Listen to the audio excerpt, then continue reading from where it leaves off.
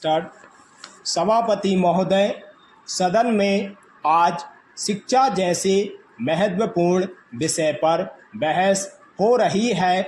मैं लगभग 25 वर्षों से शिक्षा के क्षेत्र से जुड़ा हुआ हूँ। इस संबंध में मुझे भी आपने अपने विचार प्रकट करने का अवसर प्रदान किया है। इसके लिए मैं आपका हृदय से आभार प्रकट करना चाहता हूं। मैं शिक्षा मंत्री महोदय द्वारा प्रकट किए गए विचारों से पूर्णतया सहमत नहीं हूं। विश्वविद्यालय अनुदान आयोग द्वारा पेश की गई रिपोर्ट से संबंधित 3 मुद्दों पर अपने विचार प्रकट करना चाहूँगा। पहला, हमारी शिक्षा प्रणाली में बुनियादी सुधार लाने की आवश्यकता है, जिसका रिपोर्ट में भी जिक्र किया गया है। दूसरा, विद्यार्थियों में व्याप्त असंतोष को हटाना तथा तीसरा, शिक्षकों के लिए विकास कार्यक्रम तैयार करना है। मैं समझता हूं कि कई वर्षों से शिक्षा प्रणाली में परिवर्तन नहीं किया गया है। देश की परिस्थितियों को ध्यान में रखकर शिक्षा प्रणाली बनाई जाती है। आज की शिक्षा प्रणाली काफ़ी समय पहले बनाई गई थी और उस समय की परिस्थितियों को ध्यान में रखकर बनाई गई थी।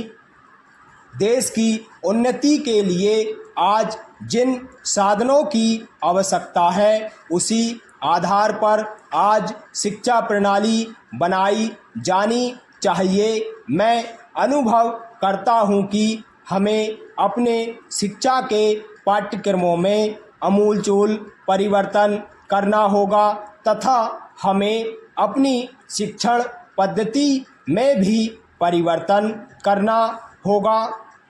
पैरा अध्यक्ष महोदय, मैं आपसे निवेदन करना चाहता हूं कि शिक्षा जैसे महत्वपूर्ण विषय पर चर्चा करने के लिए कुछ अधिक समय दें, ताकि सभी सदस्यों को अपने विचार प्रकट करने का अवसर मिल सके और इस संबंध में कोई ऐसी नीति बन सके जिससे देश को लाभ मिल सके।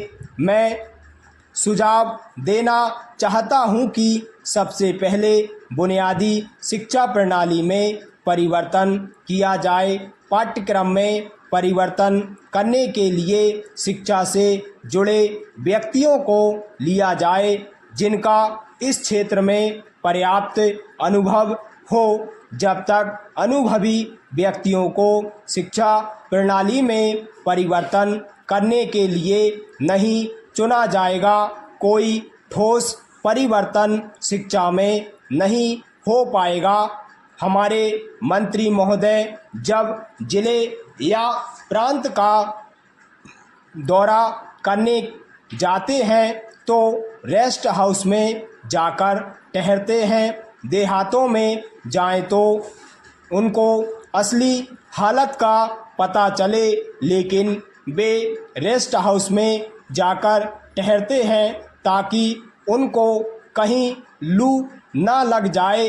इसलिए मैं निवेदन करता हूं कि उनको गांवों में जाना चाहिए। वहां जाकर उनको किसानों की तकलीफ़ों का एहसास हो।